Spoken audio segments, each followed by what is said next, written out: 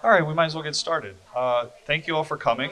My name is Bill Collage. I'm on the executive board of the cinema.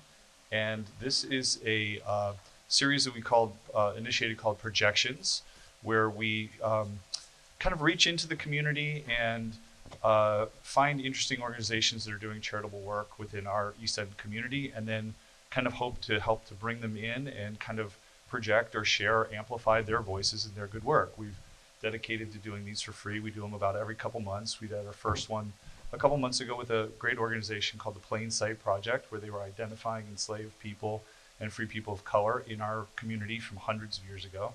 It was a tremendously rewarding thing, and we put it all on YouTube, so you're being filmed, and we can share this down the line with other people, which is really great. So this is our second installment, and without any further ado, I want to introduce you guys to Genevieve Villefort, who is our new executive director.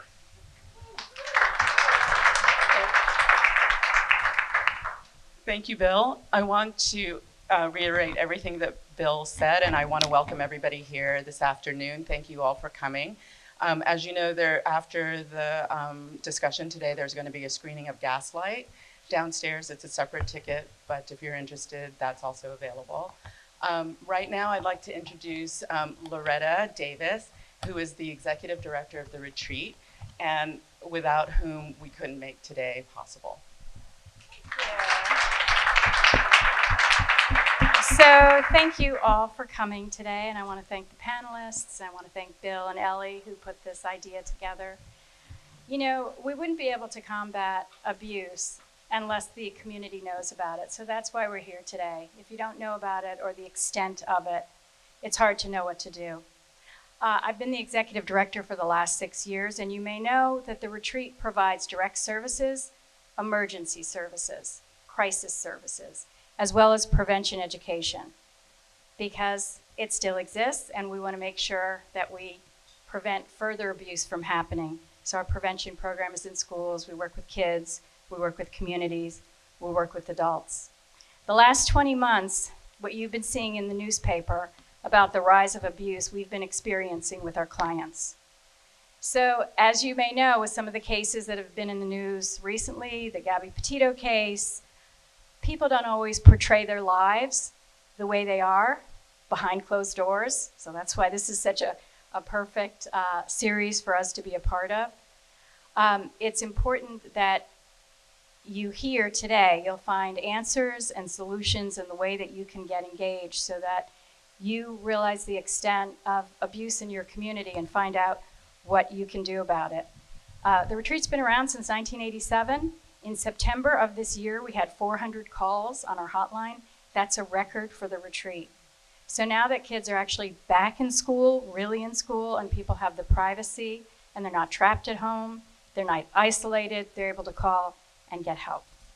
So you're going to hear more about the solutions. I'm going to let our incredibly knowledgeable panelists talk to you today. I'd like to introduce the panelists, and then Genevieve is going to introduce the moderator. So I'd like to introduce first Nicole Behrens. Raise your hand. Nicole Behrens is an advocate, a warrior for sure, and a survivor. She's the former board president of the retreat and a local resident, and she is a mentor for other survivors. I'd like to introduce Minerva Perez. Raise your hand. Who is the executive director of OLA, a Latin-focused agency that provides advocacy, education, and really works on systemic change to remedy some of the inequalities in our communities. Minerva and I work together. Minerva used to be our shelter director, so that, as I say, ties it together. I'd like to introduce Viviana Bishop. Viviana is our bilingual case manager, and she works in our program called Spark, which works with kids. It really covers that gap of counseling for children, because children are really impacted by abuse. So we're really happy to have just started that program. I'd like to introduce Susan Bereche. Susan is our attorney. She's a former assistant district attorney, and she's going to talk about the challenges that our clients, about 50% of our clients who are Spanish speaking, face in the legal system. And I'd like to introduce Helen. Atkinson-Barnes. She's the director of prevention education. So she's in schools, in communities, she goes into businesses, and she's going to have a wealth of information to provide you today. Okay, that's it, and I'm going to hand it over to Genevieve. Thank you. So, as Bill said, this is our second edition of our projection series, and we've started this really nice tradition of having someone from our board be the moderator of the event. And today it gives me a great honor to introduce Diana Diamond, who is going to be the moderator for today.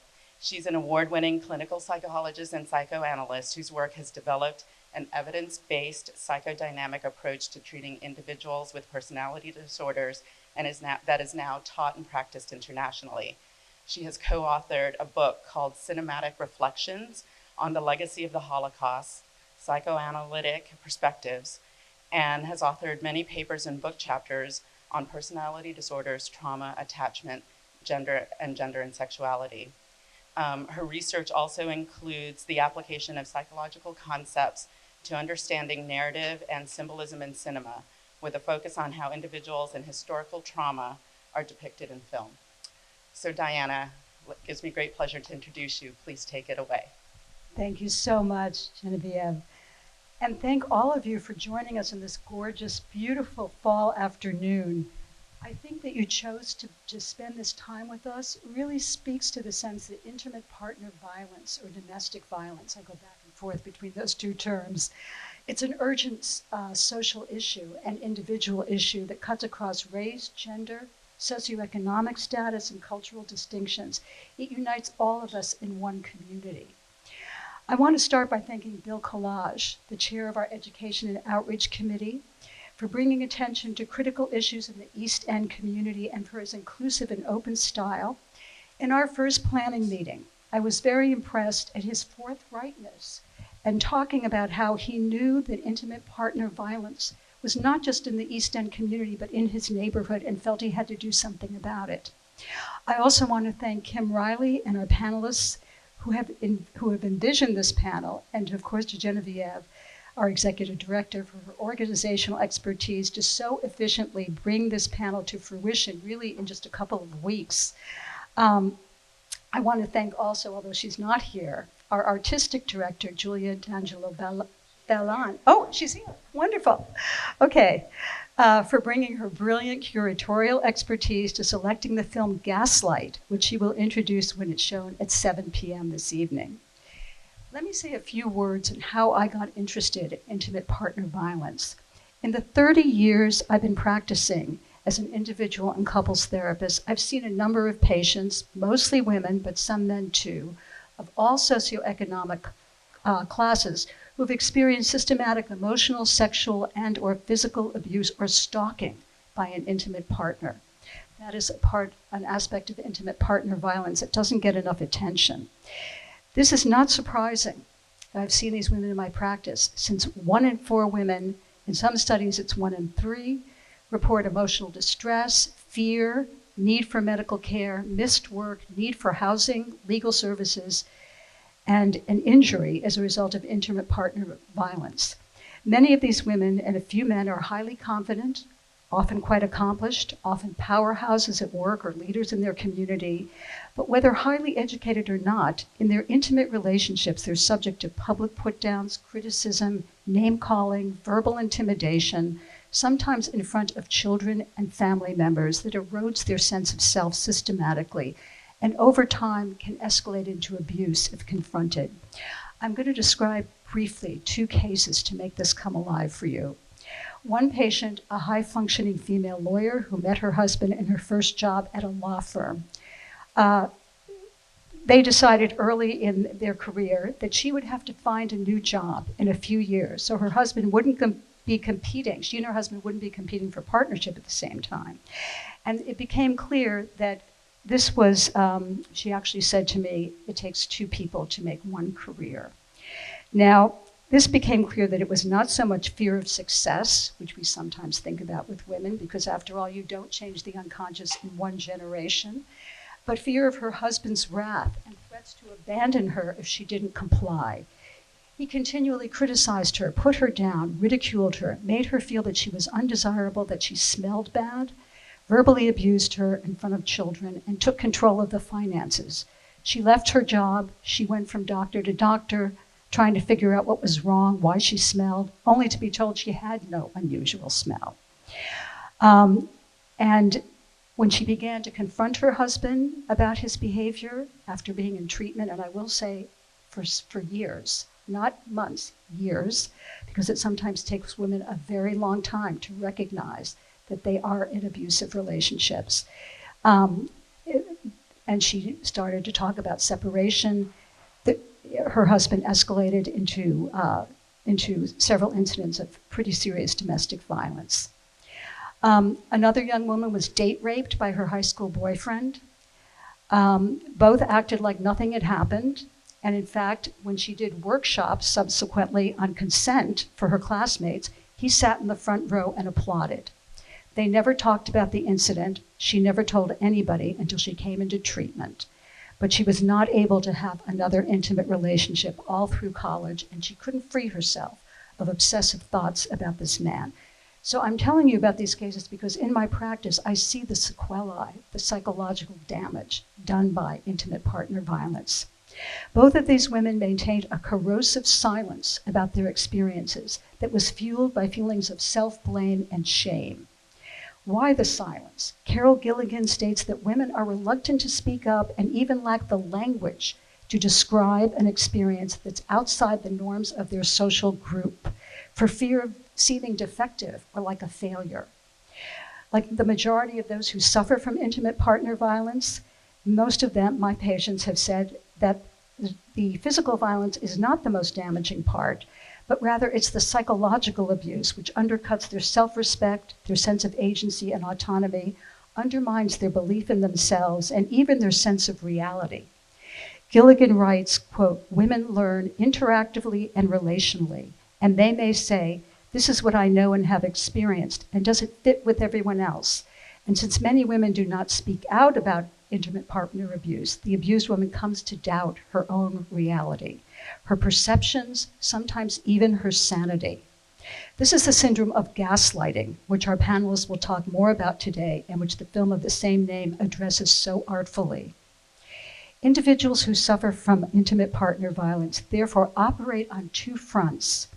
They may function well at work, even as parents. They often are quite devoted and effective parents, but in their intimate relationships, in their love relations, they experience a sense of damage to their dignity, liberty, autonomy, and selfhood. In therapy, they often present with symptoms of anxiety, sometimes crippling physical pain, somatic complaints, post-traumatic stress reactions. This is nightmares, flashbacks, and so on. Often they are substance abusers or they self-harm. But I want to make it clear that many of the women who I have seen in therapy actually do not have any significant psychological or behavioral problems. They do have difficulty sorting through the complex welter of emotions, both positive and negative, of what it means to be in a relationship where the person who's the source of love and attachment is also the source of danger and harm. This puts them in a situation of fright without solution. They develop a split in the self that reinforces the silence and keeps them isolated and alone, which can turn deadly.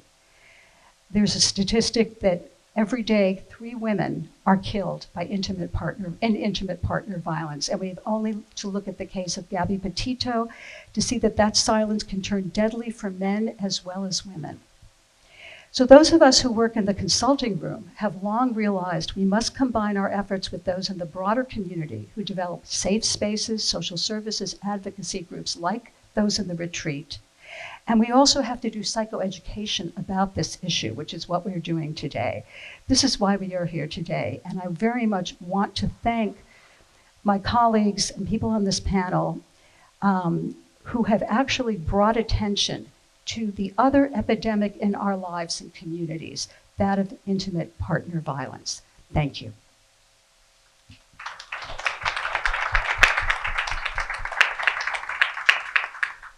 Oh, and now I'm going to Thank you. I'm going to introduce Nicole, Behrens, who is going to speak about her own experience of being a survivor. Thank you so much. Thank you for being here today. I thought it would be important to focus on the last 48 hours of the end of my abusive relationship because that was the most important time. It was Easter of 2000. Holidays are notoriously awful in these households. An argument ensued, furniture was flying and breaking, and then the gun came out. And finally, the police were called. So 24 hours later, I'm sitting in court. I'm in family court, because that's where I'm told to go to ask for an order of protection. I'm sitting in the lobby in a place that is completely foreign to me. I didn't even have a traffic ticket, and I am completely emotionally paralyzed, physically paralyzed. I am feeling incredibly alone, and I am figuring out how the hell I'm gonna get out of there, because this is the last place I wanna be right now, okay? And so maybe it's better that I felt a little physically paralyzed and I didn't bolt out. So as I'm sitting there figuring out how I'm gonna unwind this, because I don't think I have the strength to push the boulder that you're all asking me to push, a woman walks into the lobby. And she comes towards me and she introduces herself and she says, "I'm Wendy. I'm a legal advocate from the retreat." That was the moment. That was the moment that I became a survivor instead of a statistic. She was there for me. She got me through that. She stopped me from bolting out the door. I had no idea how she got there. I didn't even care, but in reality, unbeknownst to me, even 20 years ago, there was a group of individuals who obviously saw a need, and they fought for the need to have legal advocates because they knew that that was a crucial moment, right? And you gotta get us at those crucial moments, okay? And so a group of people came together and they made it happen for me. For me.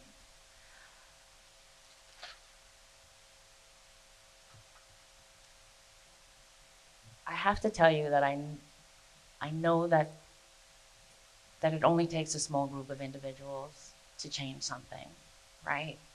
I mean, we watched it. We watched people on our block, in our neighborhoods, in our communities. They fight for zoning, they fight for land preservation, they fight for dog parks. And so I need you to start jumping up and down for us. We're dying. We are dying. I am begging you because I know that it only takes one person to make a difference, to change the trajectory of somebody's life. Not just my life, I have a child too. And so I am grateful that you're here. I'm grateful that you're able to have an honest conversation. I need you to leave here knowing that you're surrounded by this, surrounded by it. And that you absolutely can make the difference between somebody's life. And I just want to thank you for being here today and listening. Thank you.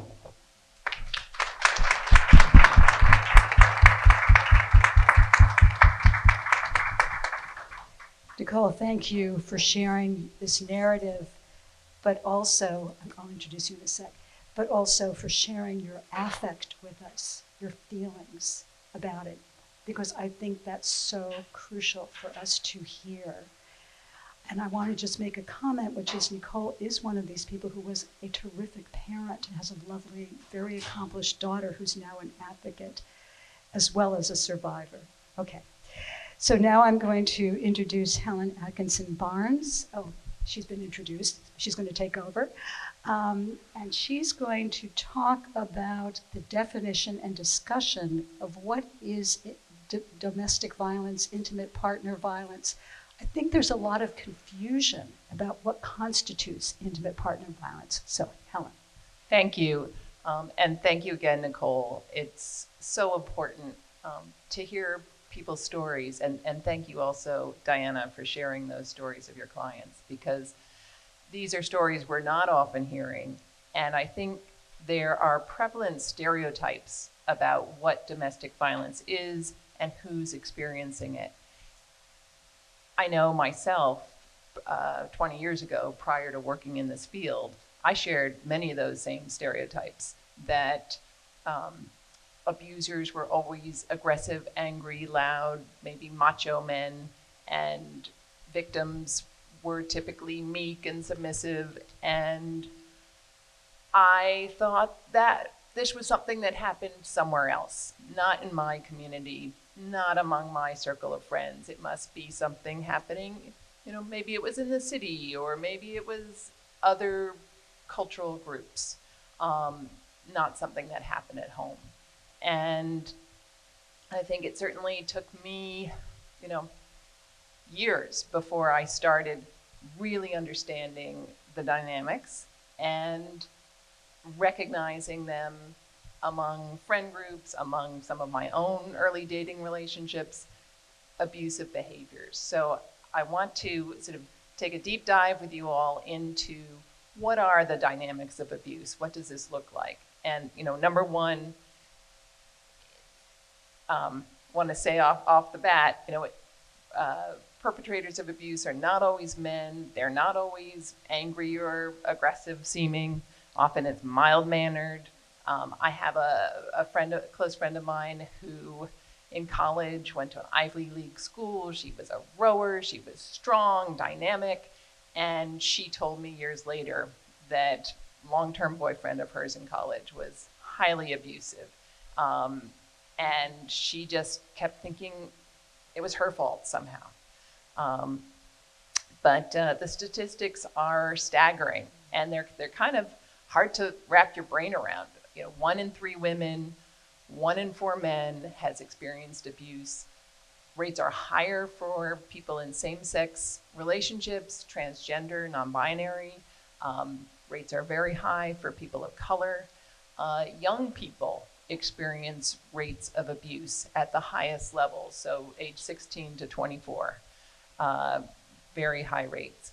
But it's hard to attach, to really understand when we just talk about statistics. The White House a few years back had the "One is Too Many" campaign, and I think the idea was to say, okay, what are these stories? Who's experiencing it? And when we see in the news, as you've mentioned, Gabby Petito, a young woman from Suffolk County who was murdered out west, her body recently found, and then stories coming to light about the abuse that she experienced. There was some webcam or police footage of interactions. She was actually the one arrested because of scratch marks that were found on him, on her fiance. So looking at some of these cases, I hope that we can, shine a spotlight on this issue, help break some of those stereotypes, and recognize that she represents the tip of an iceberg. There are so many other people that this is happening to, and it takes a lot of different forms. But I think one way to honor the memory of people who have died or who are suffering is to, shine that spotlight really bright and help people understand. So another stereotype about abuse is that people who use abuse are out of control. They've just lost it. They're drunk. They're high on drugs. They have, no control over their behavior. And one of the interesting things is, in fact, abusive tactics are often highly controlled. The abuser has every interest in making everybody else think that they were out of control so that they can disown responsibility. Oh, I was just drunk, or I wouldn't have done this if you hadn't gotten me so angry, or if you had done what you were supposed to do, or, I just lost it. This was not my fault. And often abusers will give themselves permission to hurt their partner by getting drunk and using that as an excuse, or whatever it is, whatever excuse. And in fact, we define abuse in relationship as a pattern of power and control, tactics to exert power and control over the other person in that relationship. So I want to really break this down. And I'm going to ask for a little audience participation here. Do couples in relationships always agree with one another? Let's do a thumbs up or a thumbs down. What do we think? Do couples always agree? Do people in families always agree? Okay. So, of course not. What's a good example of an everyday kind of disagreement that anybody might have? Anybody? Stop dropping your clothes on the floor. Clothes on the floor. Anybody else? What are we gonna have for dinner? What's for supper? What do we get? What topping do we put on our pizza? Yeah, let's see. Chores. Oh, we got a new puppy. What do we name the new puppy? Who's responsible for picking up after the puppy? Who's getting up in the middle of the night to take the puppy out? Et cetera, et cetera. Is it too hot in the room? Is it too cold? Do we turn on the heat? Do we put on a sweater? On and on. So, of course, conflict is totally normal. How you solve that conflict is either healthy or unhealthy. So, do we work it out? Even in the healthiest relationships, you can have some pretty intense conflict over, raising the kids, politics, do we move, et cetera, et cetera. But ultimately, in a healthy relationship, you're respectful toward the other person, you're trying to work on the problem, you're not putting down or attacking the other person personally in order to get what you want. And in an abusive relationship, the abusive partner is willing to hurt that other person in order to do things their way. And maybe not in every case, but in the cases that matter to them. And that abuse can be not just physical, and it's really important that we break that stereotype that abuse is just physical. Very often, it's a huge emotional component. Putting down that other partner, making them doubt themselves or undermining their self-confidence, calling them names, berating them, swearing at them, on and on. There are just many, many tactics where the person can exert that control. Silent treatment. So a person using abuse will exert that power and control, and it often doesn't take a lot of force, a lot of getting loud. It can be very manipulative, and once that pattern is established, it can take just a look or a tone of voice that says, "Don't go there."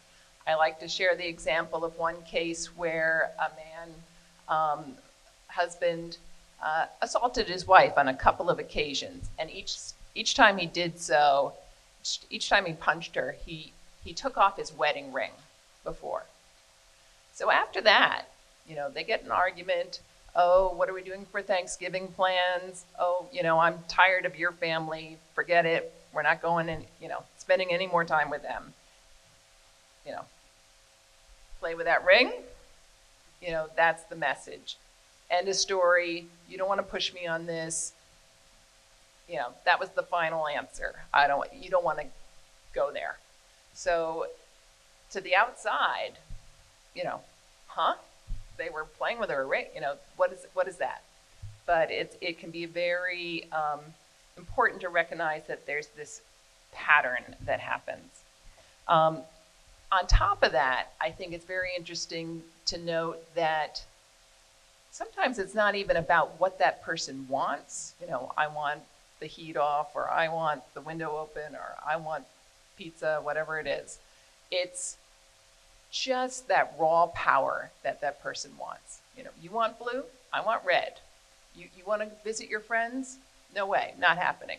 I want to exert that power, and it's just that sense of, you know, being in control. You want to leave this relationship? Forget it. You know, I'm in control. And I think gaslighting, and as we think about the film that's coming up, you know, is an important example of that desire to even shape that other person's sense of reality, or undercut it by, you know, oh, that didn't happen. What are you talking about? Or, you know, why are you making such a big deal out of that? And really controlling that person's sense of reality, undermining their very opinions and feelings. You know, you don't feel that way. You're sensitive. What's wrong with you?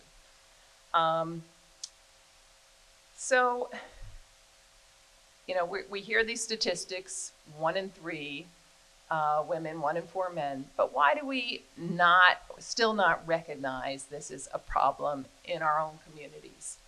And I want to open this up again to you all to you know, really talk about this. Why do you think we're not hearing about this issue more? So, and I'm going to back up 1 second. Absolutely, shame.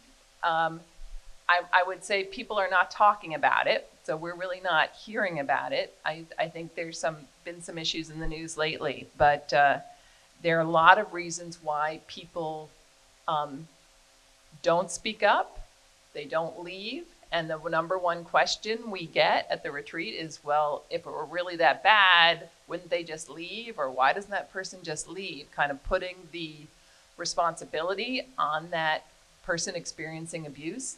I think it's important that we reframe that question. How is the perpetrator of abuse preventing that person from leaving? How are they preventing them from speaking up?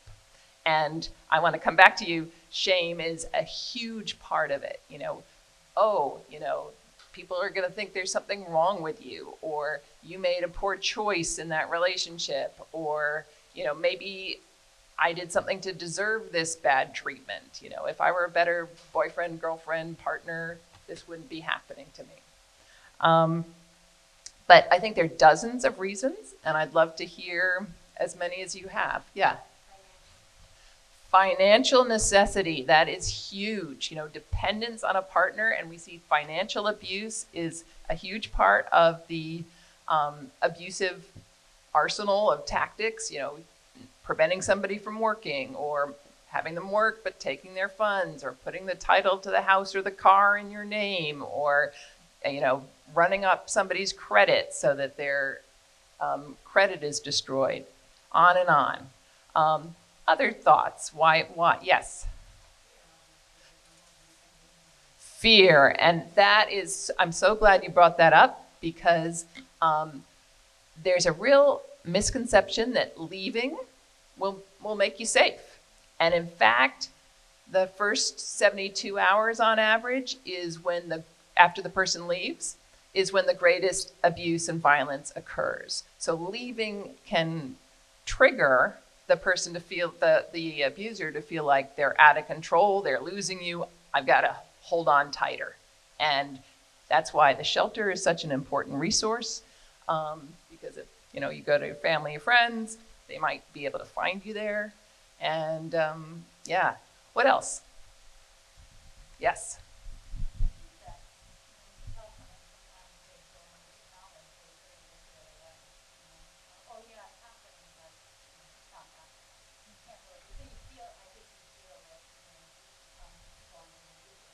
Yeah, so feeling like you won't be believed, feeling like, well, maybe this is normal. This is, just the way things are in relationships. Things are up and down.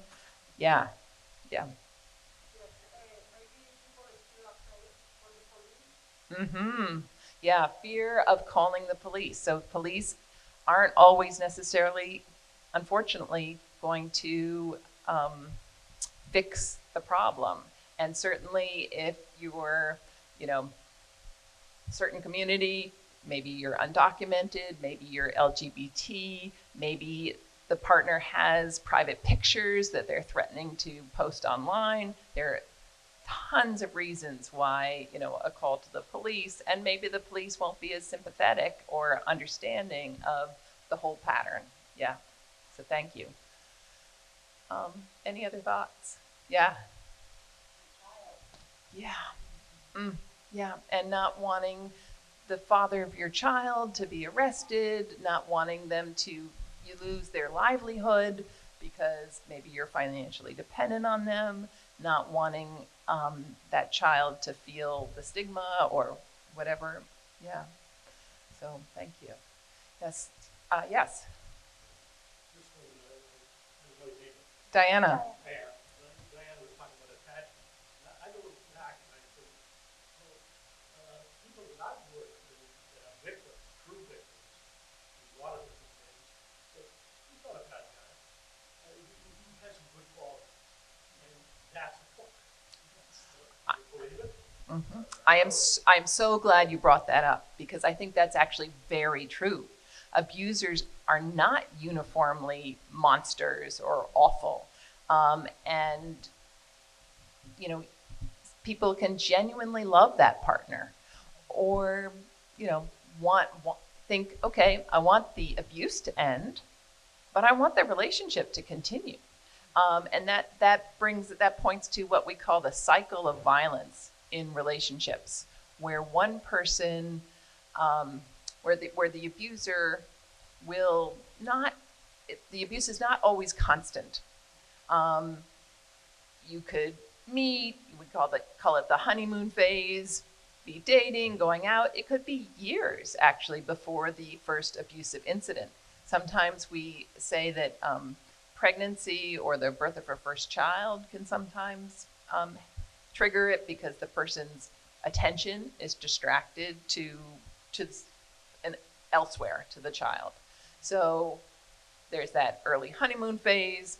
Then there's a conflict, and we sometimes call that the walking on eggshells stage, where the person is worried about their partner, not sure what's going to happen, feeling afraid.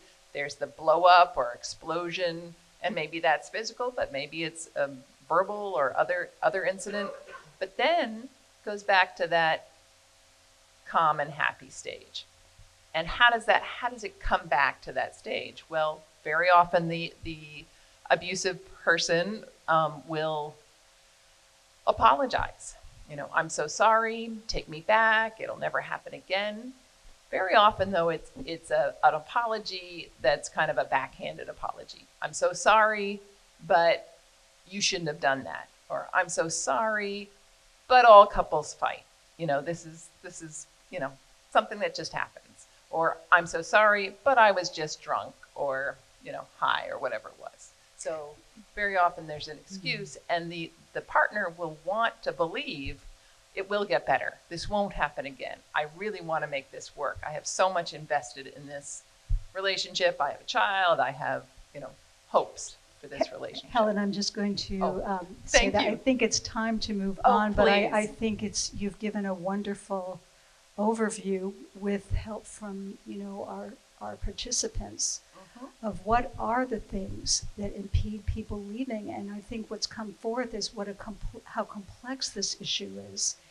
And so I think that's one of the things that makes it so difficult to deal with. I think it's one of the reasons why also people don't talk about it. They don't know how to address it.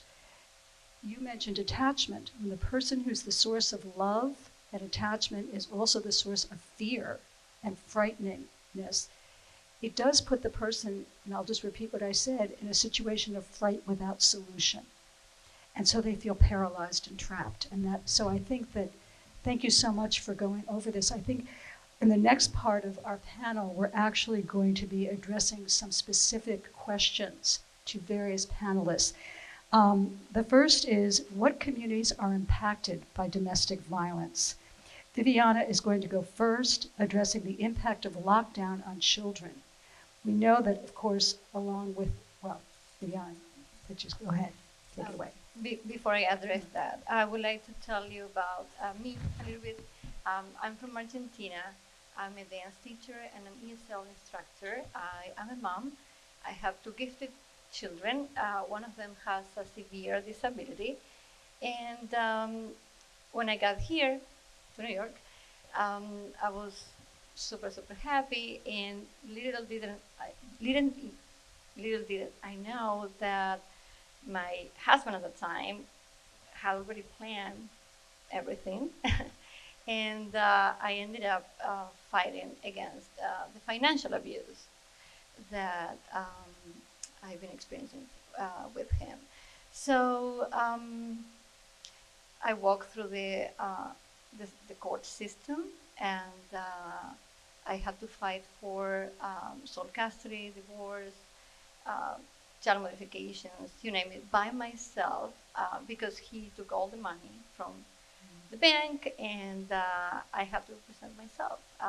So I wasn't difficult to show the judges the proof that I have, what was going on. But the mentality was, well, you don't have a black eye, you know, so where's the abuse?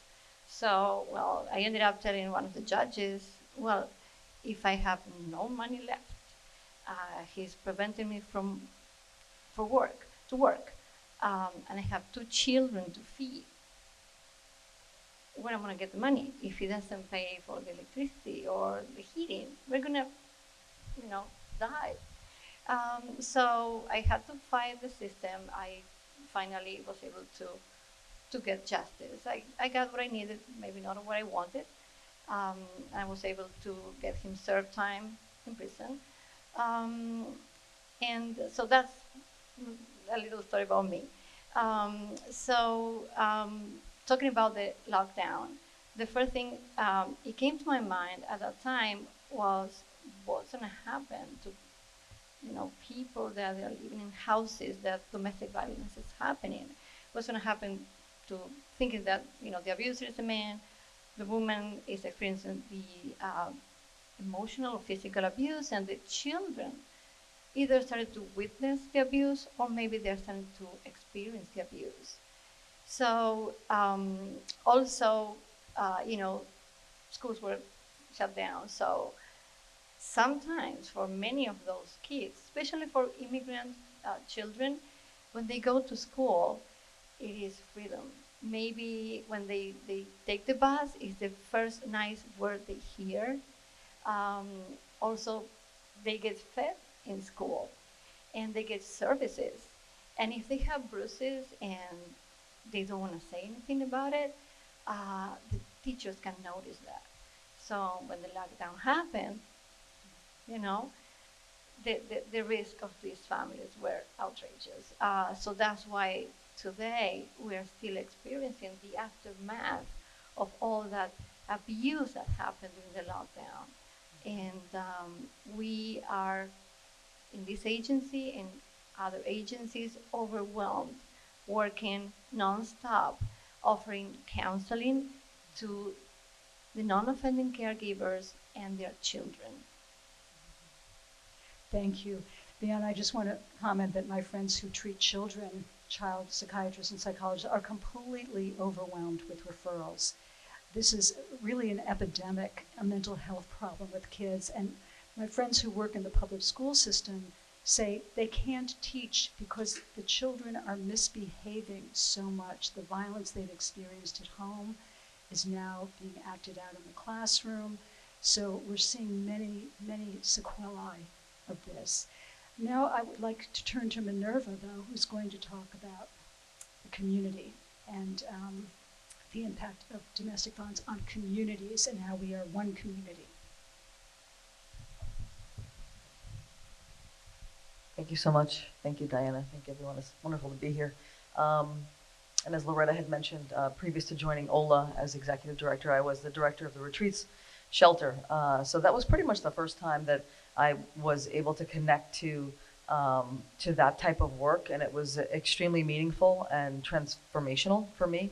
And so moving on to OLA and the work that I do, really took a look at where these gaps were.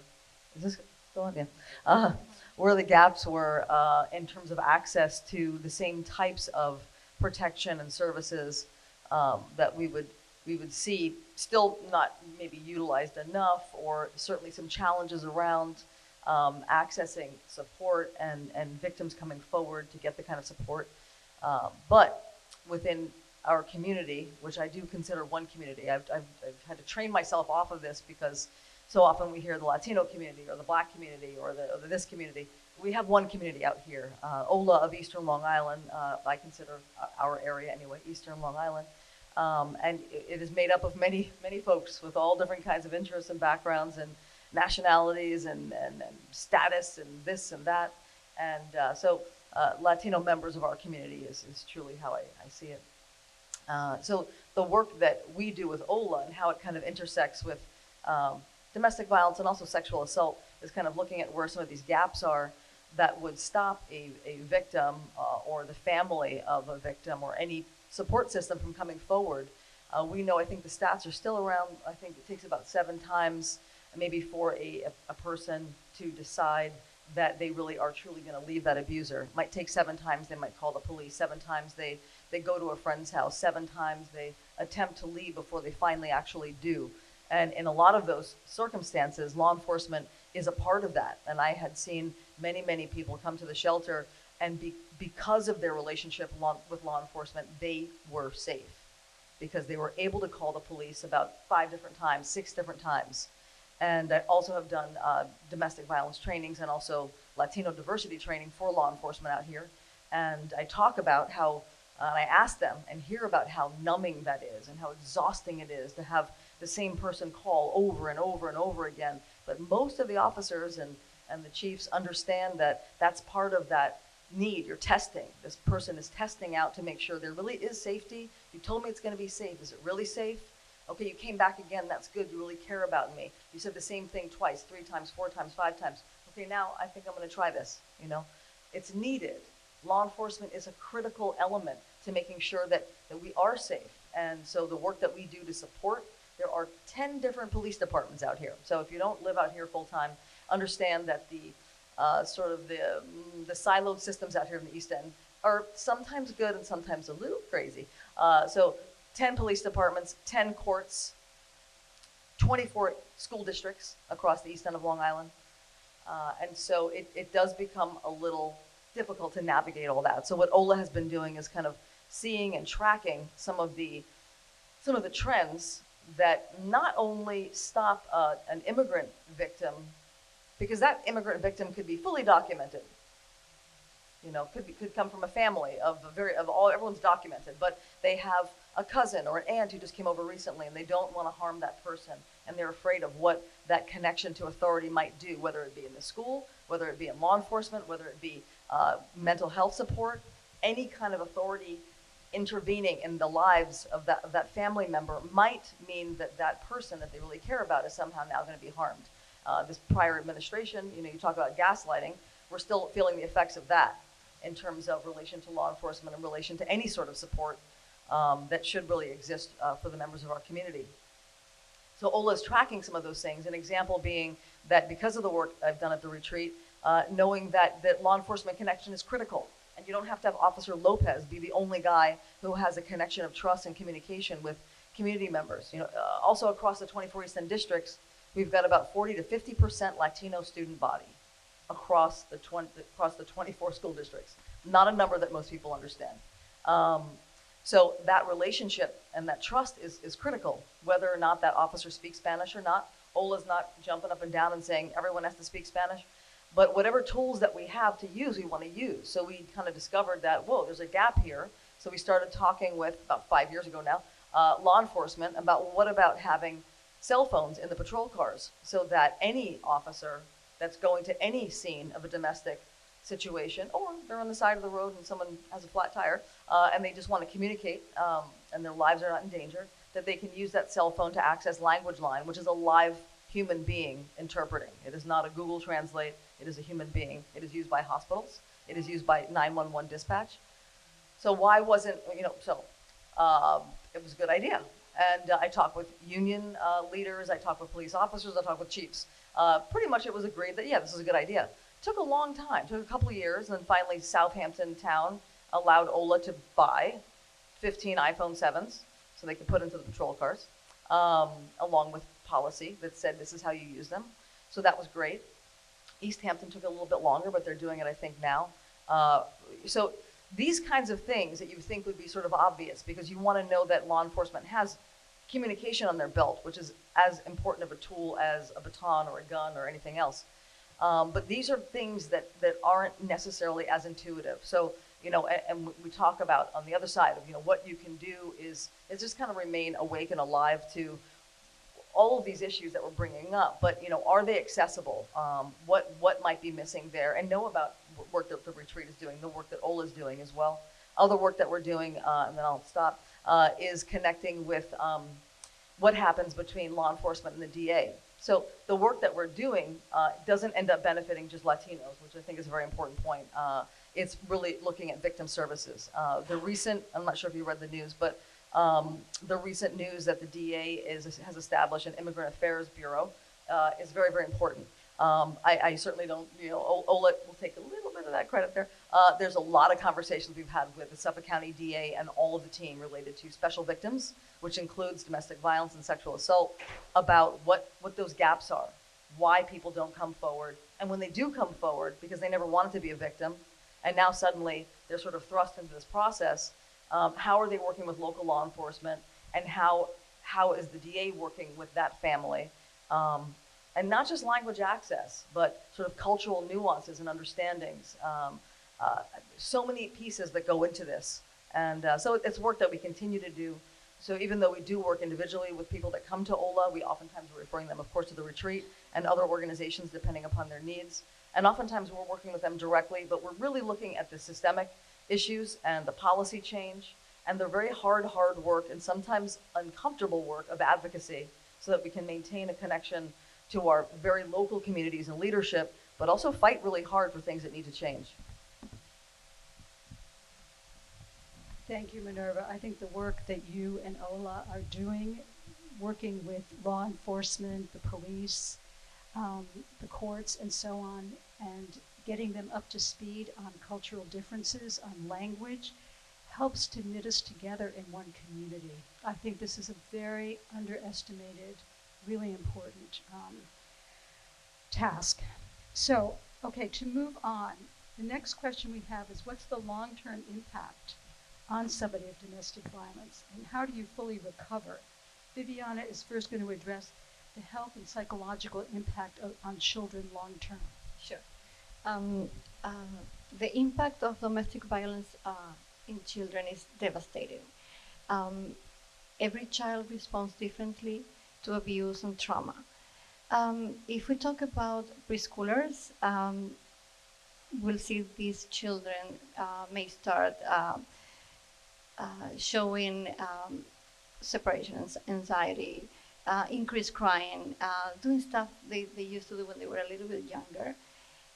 If we talk about school-age children, we will see that these children may feel guilty about the abuse. Domestic violence really hurts the self-esteem of the children. So they will start to withdraw, they will make less friends than others, and the grades are going to go down. They also start experiencing a lot of headaches and stomach aches. And then teenagers, they start acting out in a bad way, of course. They may start fighting with other family members or with peers. They start skipping school, bullying others, or being the target of bullying. And also, they may start having unsafe actions, like, for example, having unprotected sex, starting to use drugs and or alcohol. Those are the short terms. The long terms, more than 15 million children in this country live in homes where abuse happened at least once.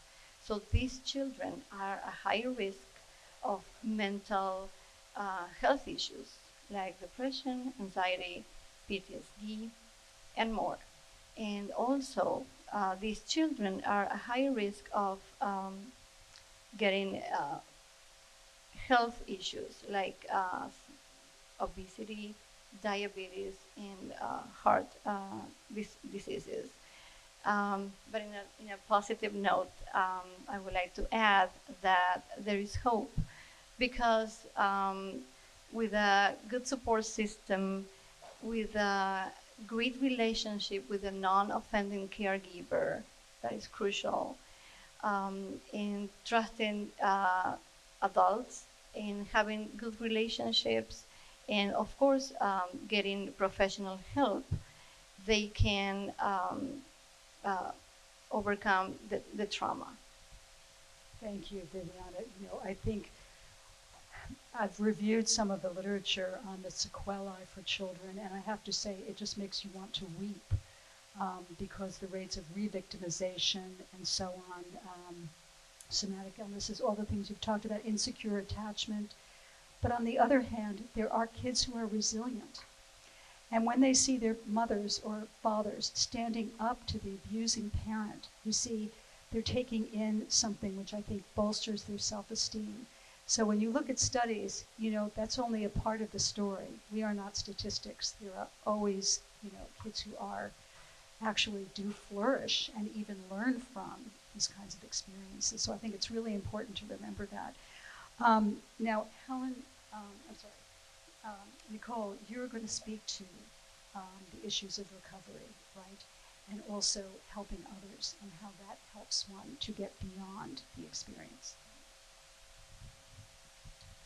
So as I mentioned before, it's been 21 years that I've been out of my abusive relationship. And it amazes me when I do things like this and I listen to the people around me and I'm like, oh, you get it. You get it. I'm not crazy. Like I wanted to just say, oh, I'm not crazy, right? So there's a little, you know, rewiring going on. And so that's why it's important to stay involved for somebody like me, obviously, because there are long-term effects. Like I said, a little things that you view or a setting.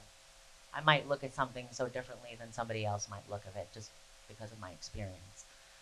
And then, of course, it drives the hell out of me because, as I mentioned, I know what can be done, right? I'm living, breathing proof. So I know that it can change, and I know that we can save lives, and I won't stop, ever, ever.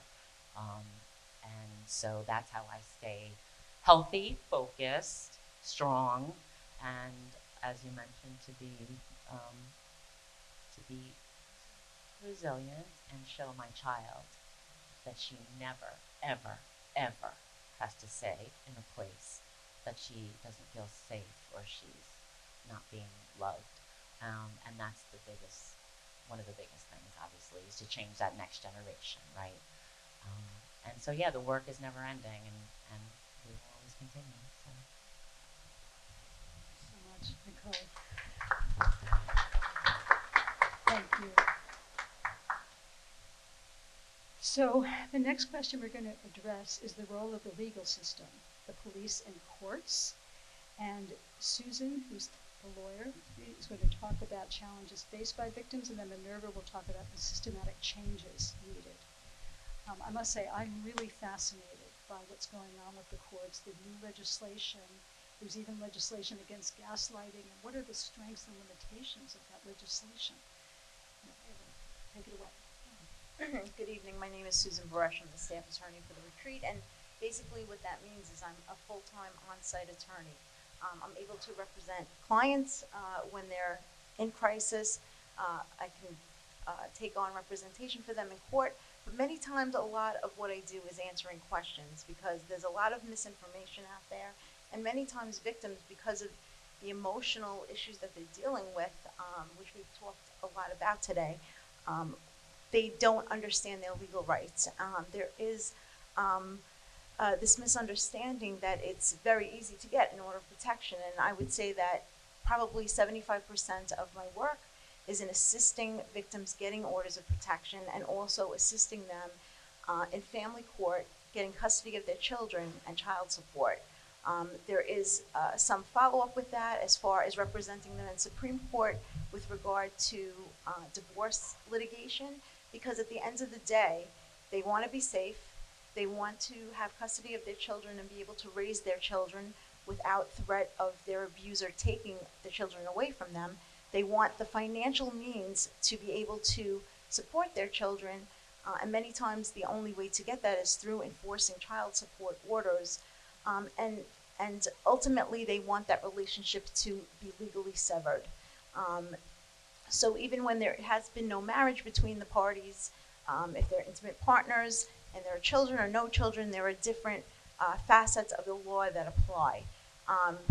With regard to new legislation, I don't think you can speak about any type of legal changes in the law without prefacing it by saying that there has been a lot of good change out there, especially in the last 30 or 40 years, where typically in the 80s, domestic violence was not even considered a police enforceable matter. There were many women who had to be severely injured and killed in order for the police to finally step up and say, hey, this is a crime, just because it's happening between husband and wife or intimate partners or parent and child doesn't mean that it doesn't need our assistance and intervention. So again, that change has been great. The reality is, however, that there is a lot of discretion involved in who judges whether or not a crime has been committed and whether or not the victim has met that legal burden of showing that they are a victim of that particular crime. An order of protection can only be obtained from a court. It can't be obtained from a police department or any type of law enforcement. It must be initiated with a legal proceeding. In order to obtain an order of protection, you have to show that a crime has been committed. Many people think that if there is some sort of intimidation or verbal abuse, while that can sometimes make out the element of harassment or stalking, that in and of itself is not sufficient to obtain an order of protection. In order to obtain an order of protection, you must go into family court or into Supreme Court if you're in the midst of a matrimonial proceeding and prove that certain crimes have been committed: assault, harassment, stalking. So it's not enough to say, you know, I'm frightened because he's taking me away from my family and friends. He's not allowing me access to any of the funds. He follows me. He has a GPS on my car, so he knows what I'm doing. That does not always rise to the level of a family offense, which is basically a crime, allowing the court to issue an order of protection. On the other side of the equation is when women, any type of victim, is fighting for custody of their child. The focus of family court or even a Supreme Court judge in determining custody is what is in the best interest of the child. And although there are new laws, and we're thankful for them, which allow a judge to take into consideration when domestic violence is present in the home, it is not in and of itself the only factor that's considered. It's one of many, many factors. And when a victim is up against their abusive partner who has financial means, who is able to hire attorneys and get evidence against them, who may, especially in these smaller communities where the police departments are quite small, where that abuser might have strong community presence, ties, maybe a business owner, may contribute to campaigns and other, the police in general, we always have to wonder, okay, is the discretion that the police have in making an arrest for domestic violence, or is the discretion that a court can apply to evidence prepared and presented to them, is that going to be affected in any way by the standing in the community of the abuser? I was a former prosecutor. I worked in Brooklyn. To be quite honest, I have litigated in every court on Long Island, but Suffolk County is the last place that I have worked. And it was quite eye-opening to see that there is not one police department here. There are several, as Minerva pointed out, 10. So we're dealing with 10 different enforcement bodies, and everyone has their own protocols, and they have their own discretion on whether or not they have probable cause to make an arrest. That is quite challenging for a victim. And again, in court, although there have been strides in the law, many times, as I said, it's very difficult to show that these very, I hate to say, these very controlling measures taken by abusers who, again, are very charismatic. They're most times narcissists, but they're very charismatic. And many times the judges look at them and see them in a certain light. Many times our clients are traumatized. So the way they come across on the stand, what they testify to, what they're able to relate and show through their own affect is many times compromised by what they've experienced. And that is what we're fighting against now. That's what we're trying to get the court to perceive now. Just one quick example. October is Domestic Violence Month. And in 2019, prior to COVID, the Suffolk County Bar Association had a program. And they basically made up a fake case, and all the participants were going to follow along with the case to see what a victim actually goes through. Because many times there's many different proceedings. There's a proceeding in family court for an order of protection. There's a proceeding in family court for custody, also child support, and then there's the divorce proceeding. So there can be 4 different proceedings ongoing at the same time.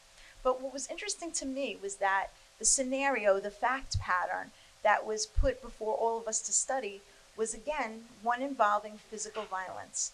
And we know, and we try to express to the court that that's just one part of it, that control is about control. And from what I've seen and in my experience, physical violence is the last resort. If there's a way that an abusive person can control their partner through other means, through intimidation, through gaslighting, through financial control, through the threat that they will never see their children again, through the threat that even if they got their children, they wouldn't be able to raise their children because they'd be living on the street or homeless. Those are the things that we are still fighting to get before the courts, and for the police to understand as all being part of this whole big problem called domestic violence when it's part of the legal system. Thank you so much. I think you're speaking to issues of gender and power, and it's so complicated what the biases are of judges, how women get beaten down, they don't present in a certain way. Their husbands can be, as you said, very slick and narcissistic. So I'm so happy to hear that there's an attempt to educate people in the criminal justice system about these dynamics, which, you know, are so complicated. Anyway, Minerva, do you have a few words about this? Yeah, I was speaking a bit before about some of the systemic change that we're looking to do. One point I'll say specifically what Ola would like to see happen is the creation of an East End Special Victims Task Force. In the past, we've had a task force for drugs, and that went its own direction for other reasons. But in terms of special victims, that includes domestic violence, sexual assault, extreme abuse against children. And I look at, I mean, these things have been done before. These are not uncharted territories. We can do it. So we look at Nassau County, and there might be some other challenges Nassau County has, but they do have the Safe Center. And I think that the folks here at the retreat would agree that that sort of integrative approach, which includes the shelter, it includes working with the DA, with social workers, with child advocates, with law enforcement. It's all kind of one spot. It doesn't have to necessarily be that you have a physical space where that all has to happen, but the idea that these systems, these organizations that are all there to support and protect and seek justice on behalf of victims and child victims and victims of all sorts of special victims crimes, that there is a way that they can communicate so that you don't have all of these gaps that you can easily fall through. And I see that as something that the East End, because we don't have Suffolk County Police, west of Riverhead, you've got basically one police department. You might have a couple little village police departments, but in Nassau County, it's pretty much understood that any kind of victim of a special victims crime, they're not really going to go through one of the smaller police departments. They're going to go through Nassau County, and that is going to work directly with the Safe Center if it applies. So in terms of 10 police departments and what we're doing here, it would serve law enforcement, it would serve the DA to better tie things together, and then allow other organizations like the Retreat, like OLA and other organizations that are here working with our families and our communities to be there and support, and to be there to offer insight and guidance and support. So that's one thing that we're looking at, and then just to continue to increase awareness around all of the things that we might take for granted as folks that don't even think about our status, our immigration status, or our language access, and think about that. And we want to know that everyone here living in our community can, and especially the children that are coming through, have a chance to live a violence-free life and access to all the same protections. Thank you, Minerva and Susan. It's very illuminating. I think it's important for all of us to know how these systems work, because it can often be quite mystifying, and partly to move on to the next question. But before that, I just want people to know you can write questions on this card, because we will have time for some questions at the end. But we have one last question that we want to leave you with, one last topic, because we don't want you to go away pessimistic or feeling hopeless, that there are things we can do when we think someone's in a coercive relationship. So Helen is going to speak to that issue, and then you may have some other questions which we can take up in the discussion period. Sure. So when we think about how do we address domestic violence, partner violence, I think what Minerva and Susan were pointing to as one level is the systemic, societal level, where we really do want to work on changing systems to make things more welcoming, more understanding of those who are experiencing abuse. On the other level, if you have a friend or a neighbor or somebody in your family that you know who is experiencing abuse, we have a protocol or suggestions which we call the ABCs of helping a friend. And A stands for ask, because you might not know really what's going on. So start by opening up conversations with friends. How are things going? Keep it open-ended, and don't blame your friend for not leaving sooner, or why didn't you tell me before, or express kind of shock. You want to open up that conversation and be open to what you hear from them in a validating way. Thank you for telling me that. I'm so sorry you're going through this. You don't deserve it. It's not your fault. So A for ask, open up the conversation. B for be there and believe them. It can be so tempting to say, what are you talking about? Or that's unbelievable or shocking. I can't believe that, because the person may be charismatic and, impressive and good standing in the community. So it's important to, it's not a court of law. You're not sort of judging the case, or you're not asking for proof. Well, are you sure? Don't go to that place. You want to open up the conversation. Thank you for sharing. That sounds so difficult. I'm here if you want to talk more.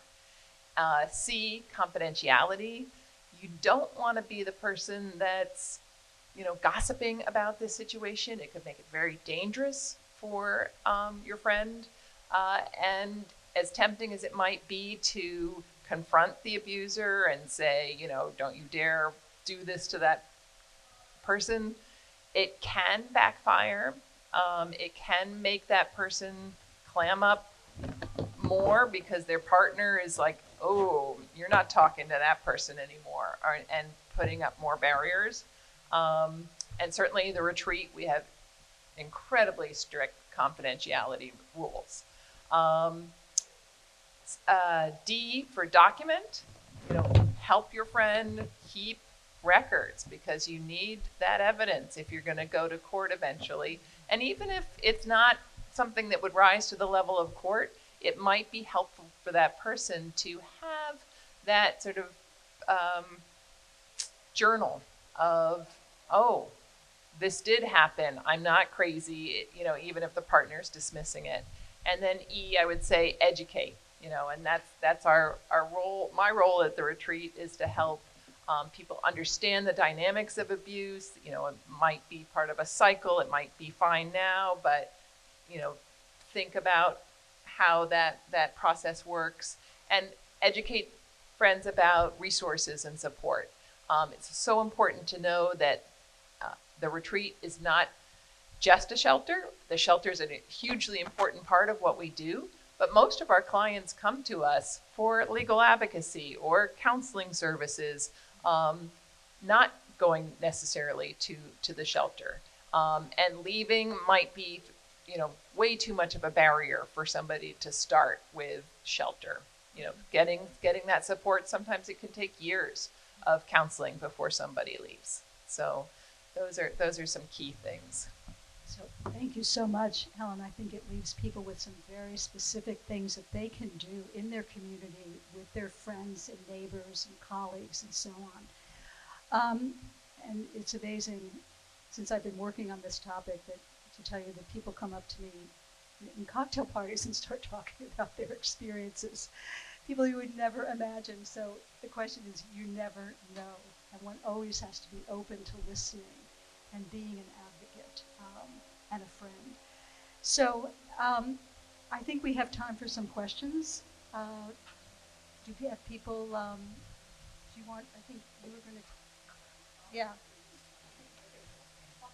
Okay, sure, go ahead.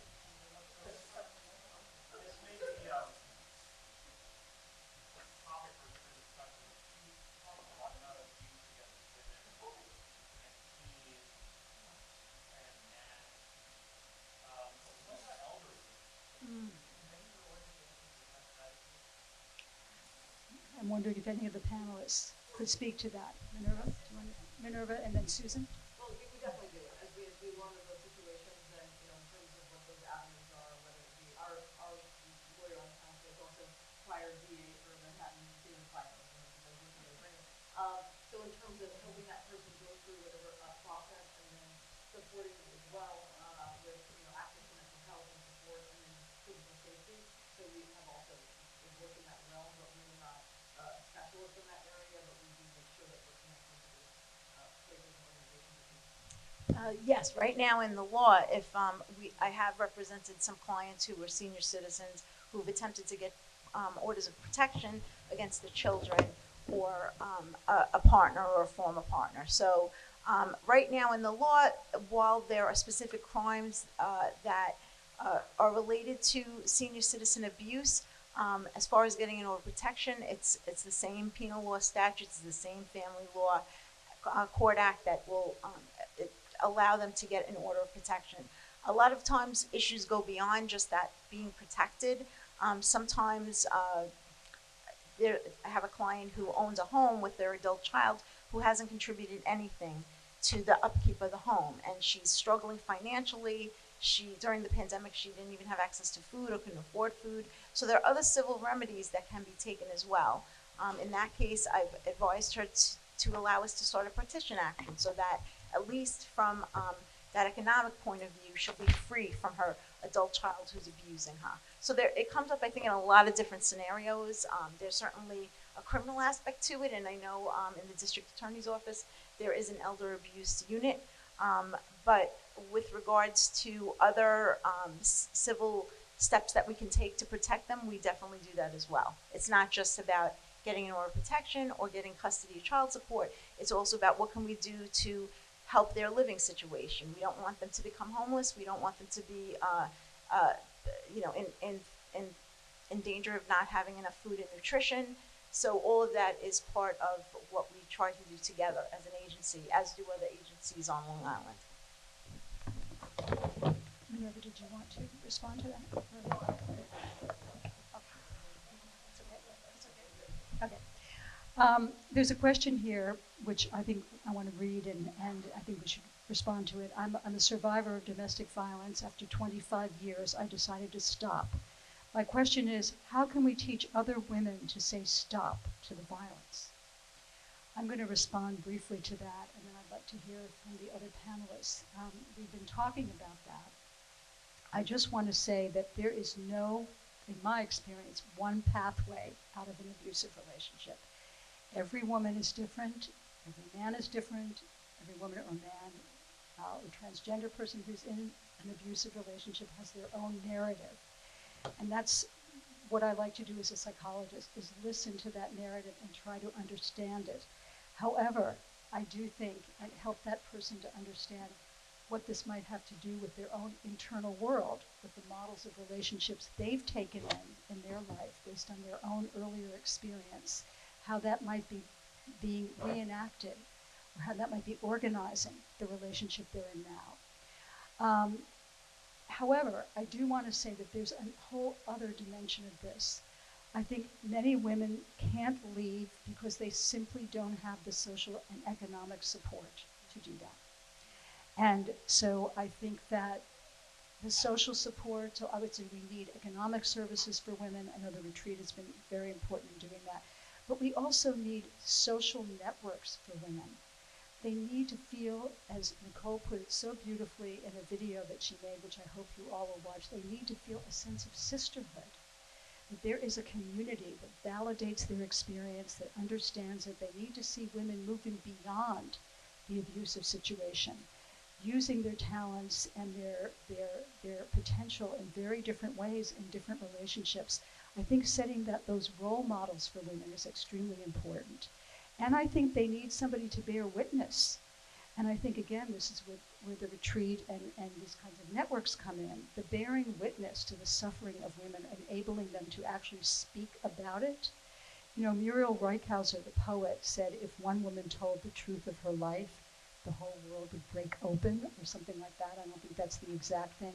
I think telling one's story and having women listen to that and making that public, it always astonishes me that in the world of #MeToo, where sexual harassment at the workplace has literally, stopped very powerful men in their careers, there has been no comparable movement on domestic violence. We have to start that.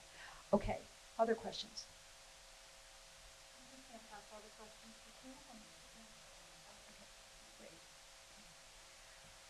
What about when the gaslighter is always kind but lies consistently, but to the point where the other partner becomes the emotionally aggressive and the children only see the mother as volatile? Oh, this is a very good question and a very common pattern, sadly enough. I think that women can be really driven to states of near breakdown by the harassment of their abusing partner. Interestingly enough, especially after they leave. They can be harassed continually on email. There can be threats to go to their workplace. There can be threats to interfere with new relationships. And of course, this is going to affect their capacity to parent. In some situations, it's the woman who is actually the economic breadwinner, who's supporting a man who's able to spend lots of time with the kids and comes across to the kids as the great pal and the parent who's there, while the distracted female breadwinner, who's also being continually harassed by her ex or not even ex-husband, is distracted and not able to be as emotionally there for the kids. This can create a very dangerous situation where men go back to court, there's an interim custody arrangement, that custody arrangement gets changed, based on, nannies who are testifying, well, dad spends so much time with the kids. And this question also deals with lying, which I think is also a very, very important factor. Many individuals, not just women, but women and men, sorry, not just men, but women and men who participate in intimate partner violence also lie about the other spouse, and they lie to the children, setting up very skewed relationships.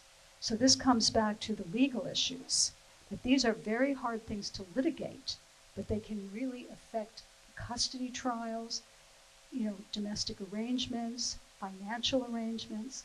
Okay, I'm going to stop. Do other people have things to say? Yeah, I just wanted to say, actually, that question is one of the hardest things, right, to deal with, because after years, because it doesn't happen overnight, of lying and just, that manipulation, you absolutely are questioning yourself. You haven't no idea what is right and wrong anymore, and what's a normal boundary and what's not, and so you're almost incapable of that. And clearly that is why we are saying get help and need help. And that was one of the things with my daughter, who was only 5 now at the time, and she would come home angry from her father. You did this, Mommy. How dare you? Daddy said he can't buy a house because he gives you money. And she would come home and scream at me and yell and get it all loud and get it. And to be quite honest with you, I just couldn't do it alone. I couldn't do it alone because I was trying to work through it myself, and I didn't have the capacity to explain to a 5-year-old, right? So thank God the schools are a great, avenue. There are many, many resources at the schools at the elementary level. And I really had to bring outside people in to help her with that, to help me with that. And it was the difference for her and for us to be able to get through that.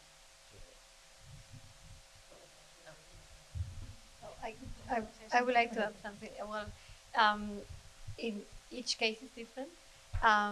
In my case, maybe because I was raised in a family with so much love and education, and in Argentina, doing therapy is like going to the gym. So I've been doing therapy my entire life, so I had a lot of tools. So when this started to happen to me, I identified that was completely wrong. There was nothing to do with anything I did. So I took care of that, and that's how I address it. I know that it's not for everybody, but it helped me to think not about me, just think about my 2 kids. I'm responsible for them. I'm here by myself. I could have friends or the community, but at the end of the day, I'm responsible for my 2 kids. So I try to model them how to fight when someone does something wrong to you, even if it's your own father. At the same time, I have to protect them from the father, explain them he's doing this because he has a mental disorder, and that's what's happening. He refused to get treatment. So I was protecting them from thinking that, oh, he's a bad person. He's sick, and he doesn't want to follow the treatment. So I concentrated on my kids, and that gave me the strength to fight. Thank you. Do we have time for one more question? No, we do not. No more questions? Oh, there are no more questions. Any more questions? Go ahead.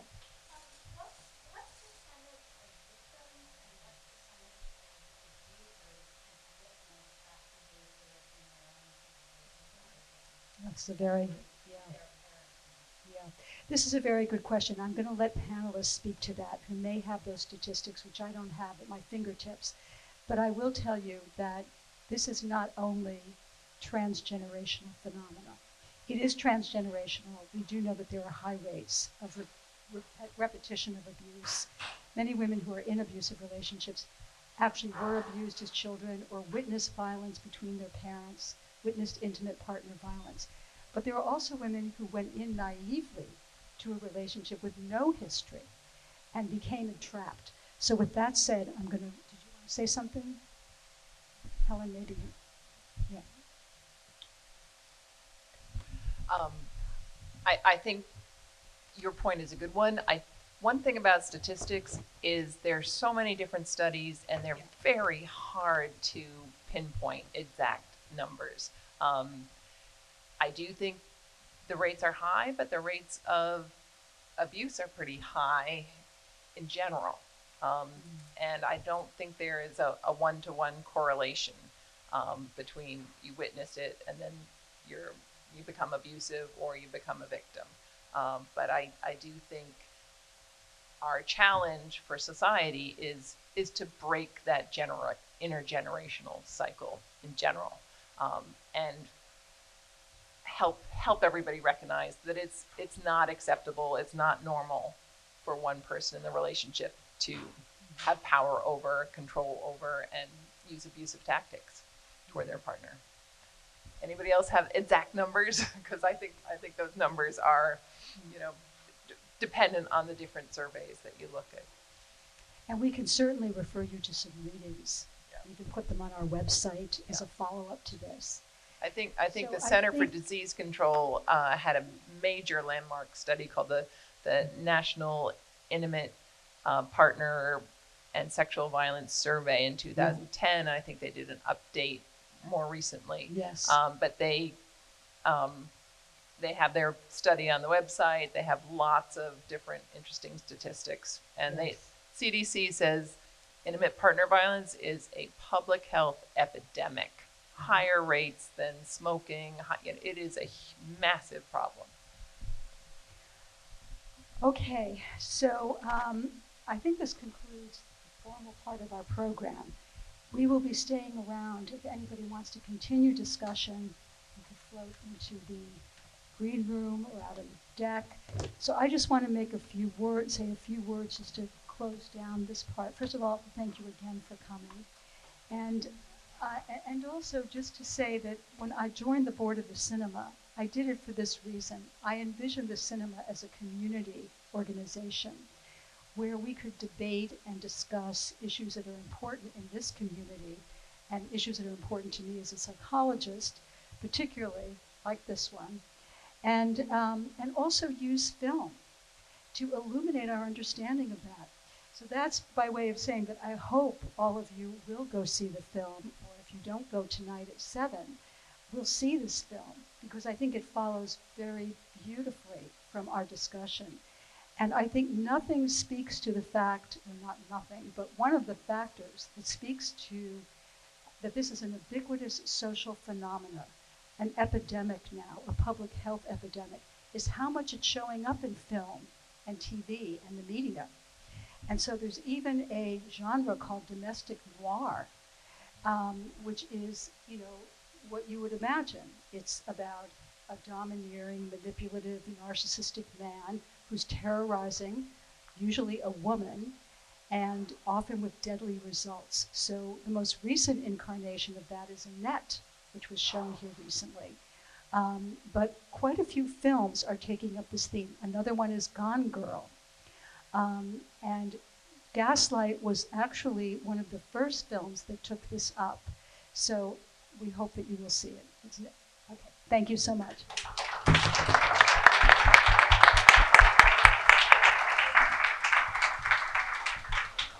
I just want to say thank you again, everyone, for coming and spending your afternoon with us. Please feel free to meet the panelists. We also have the green room open, which is our lounge, and there's a deck if you want to carry the conversation on over there. And there's more literature and additional information here at the top of the stairs if you'd like to take some home with you. Yeah, come speak to the panelists and let's thank them. They're incredible. Yes, thank you so